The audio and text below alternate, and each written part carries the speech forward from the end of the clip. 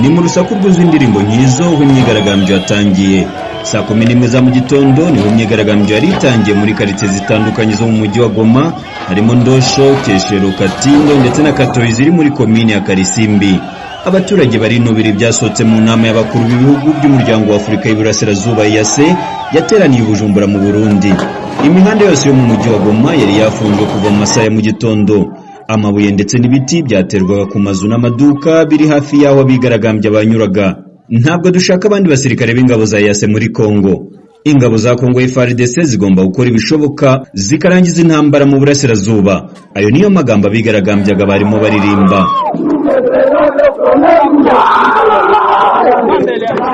Mumbere Leon numwe mu bari muri iyo myigaragambyo. Twamusanze mu muhanda mugari aho yarimo yiruka. Uyatubwira ko adashaka kubona imyambaro y'ingabo za EAC muri Repubulika ya Demokarasi ya Kongo. Turi mu myigaragambyo kuko turambiwe birimo kubera mu gihugu cyacu. Ubu nta mahitamo dufite. EAC nisubira iwabo na MONUSCO nayo. Twebwe turirwana uko tubishoboye.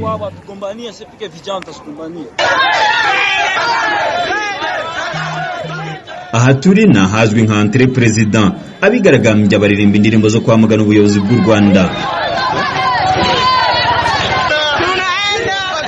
Saa 8 z'igicamunsi imyigaragambyo yahinduye isura. Abigaragambya batangiye gutera amabuye inyubako ndetse n'ibikorwa remezo by'abavuga ururimi rw'Ikinyarwanda mu duce dutandukanye two mu mujyi. Kuri rond-point ya Terminus ho abigaragambya berekeje ahitwa Nyabushongo basenya urusengero rw'Abanyamurenge.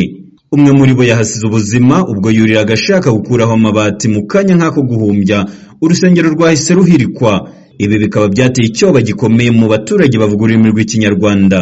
Saa 8 n'igice byari bigoye ku banyamakuru gufata amashusho cyangwa amajwi y'abigaragambya kuko bari barubiye bafite uburakari bwinshi bitewe n'inkuru zavugaga ko barwanyi ba 23 bari mu birometero 7 n'umujyi muto wa Sake mu majyepfo ya Goma.